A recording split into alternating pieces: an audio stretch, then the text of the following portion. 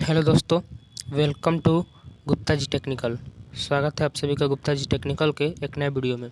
तो दोस्तों, हम लोग आज इसके वीडियो में करने वाले हैं केमिस्ट्री के इम्पॉर्टेंट क्वेश्चन, जो कि आपके एंट्रेंस एग्जाम की दृष्टि से बहुत ही महत्वपूर्ण है।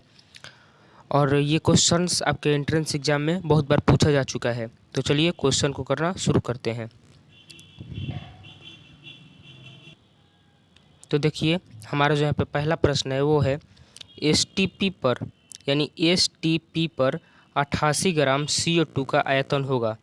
और ये जो प्रश्न है झारखंड पॉलिटेक्निक 2002 में पूछा हुआ प्रश्न है, और ये फिलहाल में पूछा हुआ प्रश्न है। यानी कि जो भी क्वेश्चंस 10, 15, 20 साल के अंतराल में पूछे हुए रहते हैं, वो ज़्यादा संभावना होता है उसको बार बार रिपीट करने का। ठीक है, तो ये जो क्वेश्चन है वो झारखंड पॉलिटेक्निक 2002 में पूछा हुआ प्रश्न है, वेरी वेरी इंपॉर्टेंट प्रश्न है। तो हमारा पहला प्रश्न है एसटीपी पर 88 ग्राम CO2 का आयतन होगा।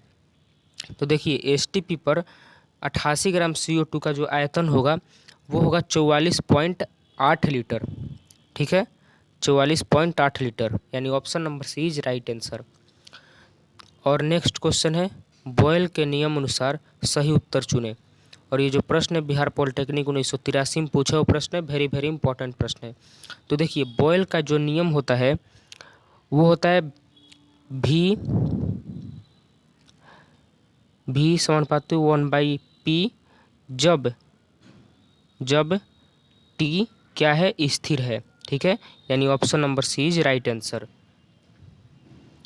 ठीक है, तो नेक्स्ट क्वेश्चन की तरफ पढ़ते हैं। तो हमारा नेक्स्ट क्वेश्चन है कि गैसों के विसरण का नियम प्रतिपादित किया, यानी गैसों के विसरण का नियम प्रतिपादित किया किसने? जो गैसों के विसरण का नियम है उसको प्रतिपादित किया था किसने?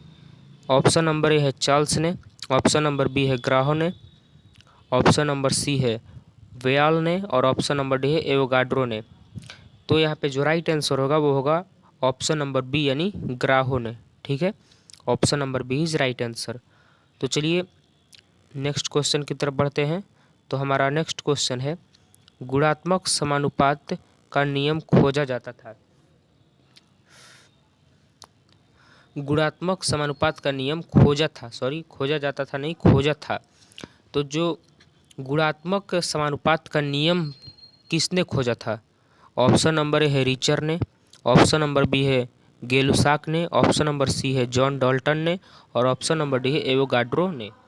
तो देखिए, हमारा जो राइट आंसर होगा वो होगा ऑप्शन नंबर सी। ठीक है, जॉन डॉल्टन ने। किसने? जॉन डॉल्टन ने। गुणात्मक समानुपात का नियम खोजा था किसने? जॉन डॉल्टन ने।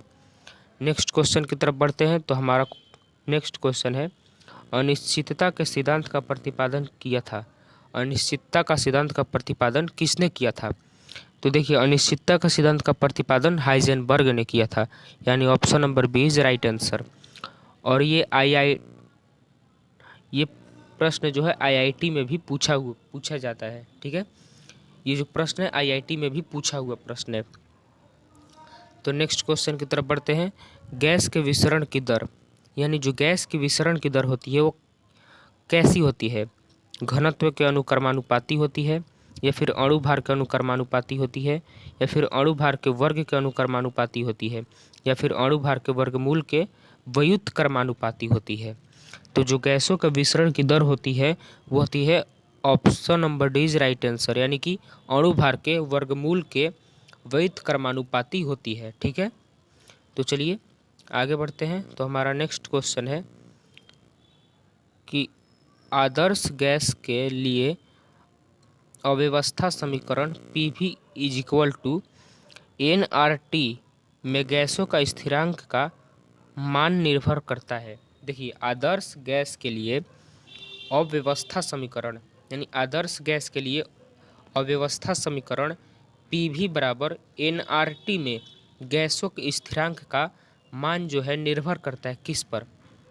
गैस की प्रकृति पर, गैस के दाब पर, गैस के ताप पर, या फिर माप की इकाई पर? तो देखिए, हमारा जो राइट आंसर होगा वो होगा ऑप्शन नंबर डी, यानी माप की इकाई पर। किस पर? माप की इकाई पर। ठीक है, तो चलिए आगे बढ़ते हैं।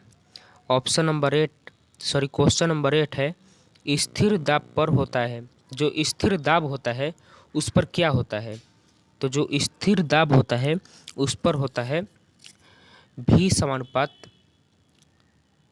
टी के, यानी option number C is right answer. ठीक है, जहाँ भी गैस का आयतन है और टी डिग्री सेल्सियस ताप, यानी टी जो है टेम्परेचर है और टी के ताप केल्विन, यानी टी जो है टेम्परेचर है। ठीक है, और टी जो है टेम्परेचर है, तो टेम्परेचर जो होता है डिग्री सेल्सियस भी होता है और केल्विन भी होता है। ठीक है, तो चलिए आगे बढ़ते हैं। तो हमारा अगला प्रश्न है, किस जो सही गैस समीकरण है, यानी इन 4 समीकरण दिया है यहाँ पे, P1 V1 by P2 V2 बराबर T1 बाई T2।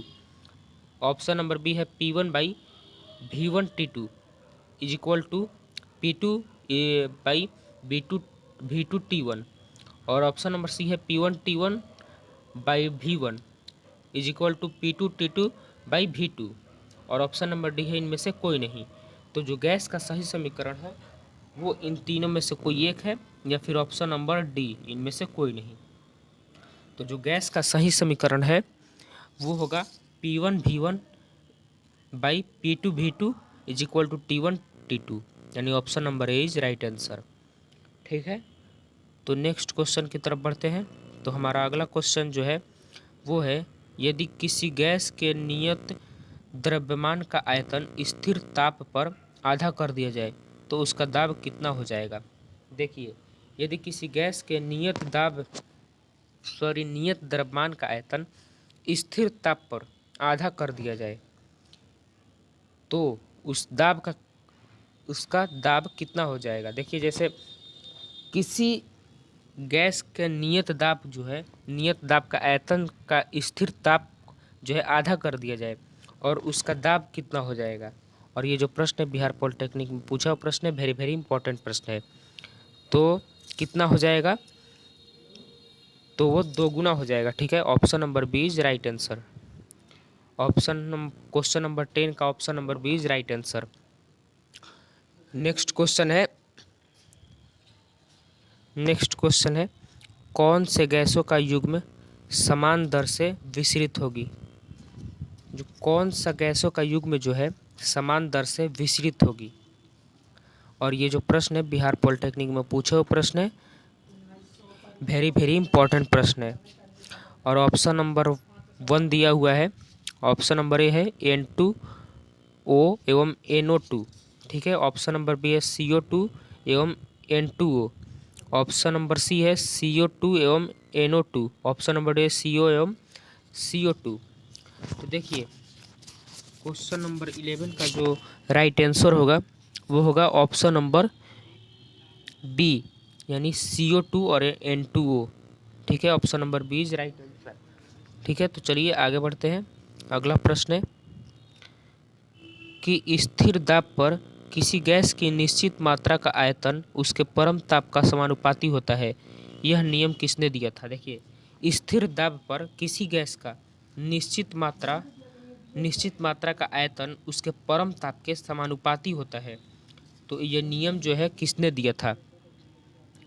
तो ये नियम दिया था चार्ल्स ने, यानी option number A is right answer. ठीक है, आगे बढ़ते हैं। तो अगला क्वेश्चन है कि हवाई जहाज के टायरों में भरने के लिए कौन सी गैस प्रयुक्त होती है?